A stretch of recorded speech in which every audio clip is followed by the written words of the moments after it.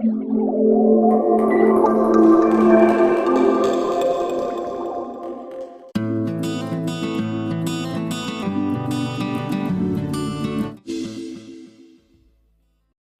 and welcome to the Ooze.tv. My name is Spencer Burke, your host for ThinkFwd. Today we're together with Samir, and he's written a book, It's Really All About God. Well now, with the title, you include Muslim, atheist, Jewish, Christian. I mean, how can you be all four, or you've got a different meaning with this? Yes. Muslim, atheist, Jewish, Christian. Muslim, atheist, Jewish is actually adjective to the word Christian, which is simply signaling that others are not there necessarily as competitors. They are as sparring partners too. Mm-hmm. We do have issues. Yeah. But we also turn to others and say, thank you for your contribution to make me a better Christian. Mm. If it's not for your love, it was not for your questions, it was not for the truths that you taught me, my mom, dad, my family, everybody around me, I don't know if I would still follow Christ, mm-hmm. If I would be a Christian as I am. Mm-hmm. I think time has come to turn to others and disarm. Yeah. And disarm like Jesus was disarmed. Mm-hmm. Mm-hmm. And say, thank you, Samaritans, for teaching us something. Thank you, all these people that were around, women, everybody. Mm-hmm. So that line of exclusion is now moving in a religious sphere, as opposed to racial, gender, national line that was in the Gospels and in the early church. Mm-hmm. And I think paradoxically, it works better in communicating the gospel and helping people become actually Christians if you genuinely take their faith as something to offer you that you really need. Yeah. Now there's both from your own experience within a Muslim community, within the idea of a Christian community, a Jewish community. You know, yes. It seems like each one of them has their strengths, but also their weaknesses. Mm-hmm. And it seems, in a sense, the strength is a unifying factor. But so often, religion's been the thing that's drawn us apart, though, too. Yeah. Well, I would say, I like what Phyllis Tickle told me. She says that all of us are the same as far as ethics are concerned, but we all have different mysteries. Mm-hmm. Each one of us has a different mystery in the center, and these mysteries are not canceling one another, but they need one another. Mm-hmm. Mm-hmm. They need one another. In fact, to fulfill the mystery of Christianity, you need the neighbor, you need the stranger in order to be in relationship with, in order to receive from, which is very a novel, I think, idea for a lot of Christians, is that we are not only the ones who give and bless, but we are the ones that are blessed and receive, which is a position of weakness. Mm-hmm. But in Christian theology, it should be actually considered as a position of strength to receive. And mystery can be a cop-out sometimes, but you don't go there, right? You know. Well, mystery, it's nice, mm-hmm. But it can be absurdity, actually.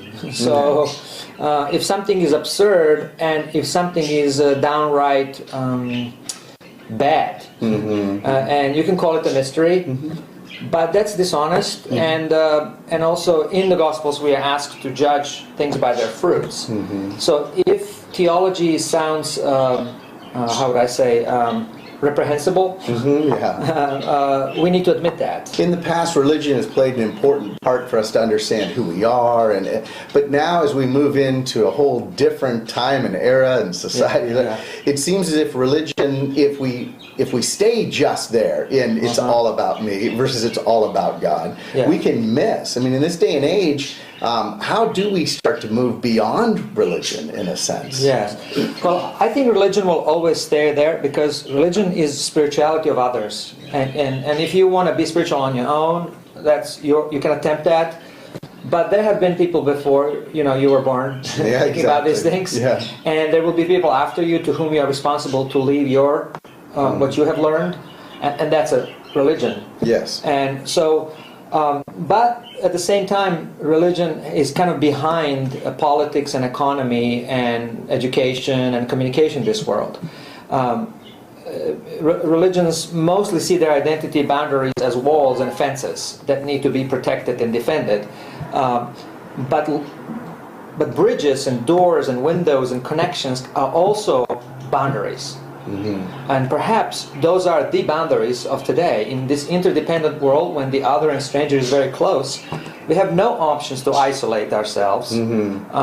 Google, for example, is made of connections, but it has a strong identity. Right.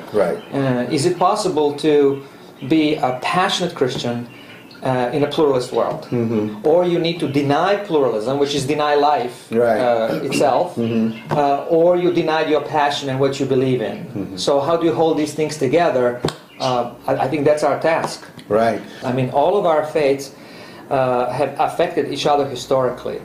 It is because what we have seen in the other, the questions they posed, or the beauty that we have seen, that we go back and look at it and say, I have a rabbi who's a professor who turned to his students. So, how is God personally present in your life? You heard the evangelicals, right? How about you? And they feel like, we have this holy envy.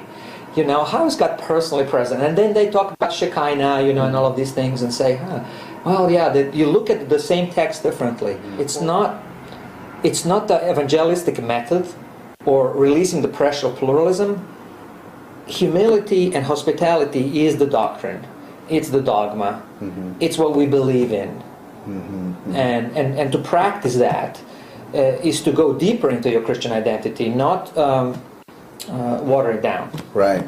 Well, and these are not just words on a page, but you practice this with Faith House by inviting others to come and be with you. I mean, that's a fascinating idea. Yes.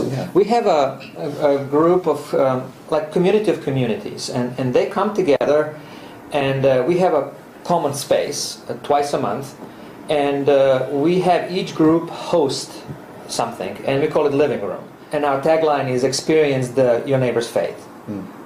So that the other will not be this unknown object in your life, but you will be able to feel what they feel and know and have some kind of a spiritual literacy. See? So stepping over this threshold of a stalemate and creating new stories. And creating that new story then creates new bindings, new ways in which we can have that next conversation. Yes, it opens new space, and that next conversation might be completely something different than what you thought next conversation would be before you knew them. Yeah. Oh, interesting. It completely it changes the agenda. It changes the text, your own text. If you would. If you look at a text, for example, I'm the way, the truth, and the life, you can interpret it as though Jesus had a paper to write on pluralism in 21st century. Yeah. Okay, and you can do that, and that's fine. That can serve you in some way to feel confident and have certainty. But then, if you are more honest with the text and of the context of the text, then you find out that interpretation and hermeneutics of the text do not allow for that kind of interpretation at all. And number two, once the infidel, the ones that control group, which non-Christians in a cosmic experiment, is sitting with you, you realize, no, God didn't create you to show that 5% of us are right and you're going to be done away with just to show to the universe that that we are right. There must be more about you than that, than serving my story. Okay, you are not here to serve my story. There must be more about you. And so I interpret that text differently, and then you look at the Bible in these eyes and you realize, wow, there's like 20 other texts, 100 other texts that are saying the same thing. Right. Well, and if we start to think of the way or the truth or the life to be owned and branded and operated by one religion over another versus an invitation for all to follow in the way, the truth, the life. I spent many years of my life, defending God. Yeah. But the question is, can you really say anything about God from a position of defense? And what does that do to God that I need to defend? And argue for absence of grace out there, like create a vacuum of grace, and argue that other stories need to be lies in order for mine to be true. I spent many years doing that, and arguing and kind of prosecuting that case. But then I realized when reading mostly Dallas Willard, Yeah. who influenced a lot of us, that kingdom of God, it's about the kingdom of God, and it's not about Christianity. Christianity exists to serve the kingdom of God, and Jesus' teaching was, kingdom of God is here, enter it, as opposed to I'm about to make a religion, join it. Yeah. Yeah, and that freedom makes you love Christianity more, because Christianity helps you be in touch with all of reality. Well, I'm looking forward to journeying into the kingdom with you. Yeah, Thanks yeah. so much. That's wonderful. All right. Good.